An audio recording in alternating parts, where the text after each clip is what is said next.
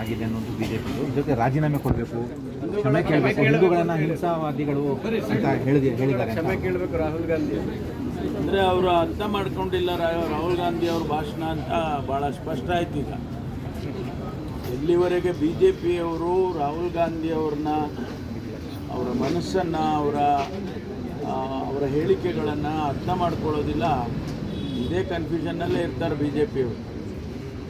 ಅವರು ಸ್ಪಷ್ಟವಾಗಿ ಹೇಳಿದ್ದಾರೆ, ಹಿಂದೂ ಧರ್ಮ ಎಲ್ಲರನ್ನೂ ಒಟ್ಟುಗೂಡಿ ಶಾಂತಿಯಿಂದ ನೆಮ್ಮದಿಯಿಂದ ಕರ್ಕೊಂಡು ಎಲ್ಲರನ್ನೂ ಸಮಾಜದ ಎಲ್ಲ ವರ್ಗವನ್ನು ಕರ್ಕೊಂಡು ಹೋಗಬೇಕು, ಅದೇ ಹಿಂದೂ ಧರ್ಮದ ಸಾರಾಂಶ.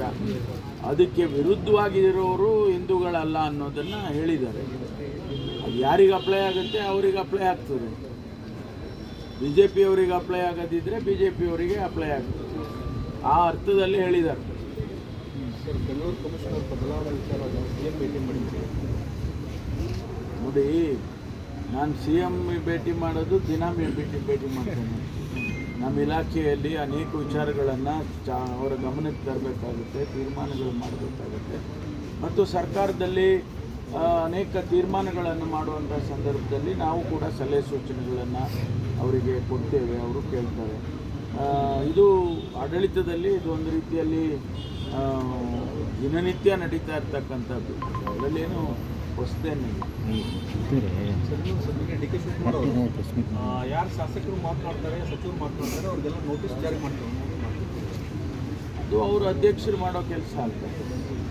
ಅಧ್ಯಕ್ಷರು ಯಾವುದನ್ನು ಯಾರು ಪಕ್ಷದಲ್ಲಿ ಕಾರ್ಯಕರ್ತರಿರ್ಬೋದು, ಶಾಸಕರಿರ್ಬೋದು, ಸಚಿವರು ಇರ್ಬೋದು, ಪಕ್ಷದ ಚೌಕಟ್ಟಿನಲ್ಲಿ ಕೆಲಸ ಮಾಡಿ ಅಂತ ಹೇಳುವಂಥದ್ದನ್ನು ಹೇಳಿದ್ದಾರೆ ಅಂತ ನಾನು ಅರ್ಥೈಸ್ಕೊಳ್ತೇನೆ. ಇದರಿಂದ ಅವರು ಯಾವುದನ್ನು ಅವ್ರ ದೃಷ್ಟಿಯಲ್ಲಿ ಅಥವಾ ಪಕ್ಷದ ದೃಷ್ಟಿಯಲ್ಲಿ ಸರಿ ಇಲ್ಲ ಅನ್ನೋದಿದ್ರೆ ಅದು ಮಾಡ್ತಾರೆ. ಅಧ್ಯಕ್ಷರು ಹೇಳಿದ್ರು ಕೂಡ, ಅಧ್ಯಕ್ಷರು ಪದೇ ವಾರ್ನಿಂಗ್ ಮಾಡ್ತಿದ್ರು ಕೂಡ ಮಾತನ್ನು ಆಡೋದನ್ನು ಮುಂದುವರಿಸಿದಾರಲ್ಲ ಅಂತ. ಬೆಲೆ ಇಲ್ವಾ ಅಧ್ಯಕ್ಷರಿಗೆ? ಅಧ್ಯಕ್ಷರಿಗೆ ಬಿಟ್ಟಿದ್ದದು. ಅವರು ಅಧ್ಯಕ್ಷರು ಏನು ತೀರ್ಮಾನ ತಗೊಳ್ತಾರೋ ನಾವು ಎಲ್ಲ ಅನೇಕ ಸಂದರ್ಭದಲ್ಲಿ ಅಧ್ಯಕ್ಷರು ಏನು ಹೇಳ್ತಾರೆ ಅದನ್ನೇ ಕೇಳೋದಲ್ಲ. AICC ಹೇಳಿದರೆ, ಅಧ್ಯಕ್ಷರು ಹೇಳಿದರೆ ಕೇಳ್ತೀವಿ, ಹೈಕಮಾಂಡ್.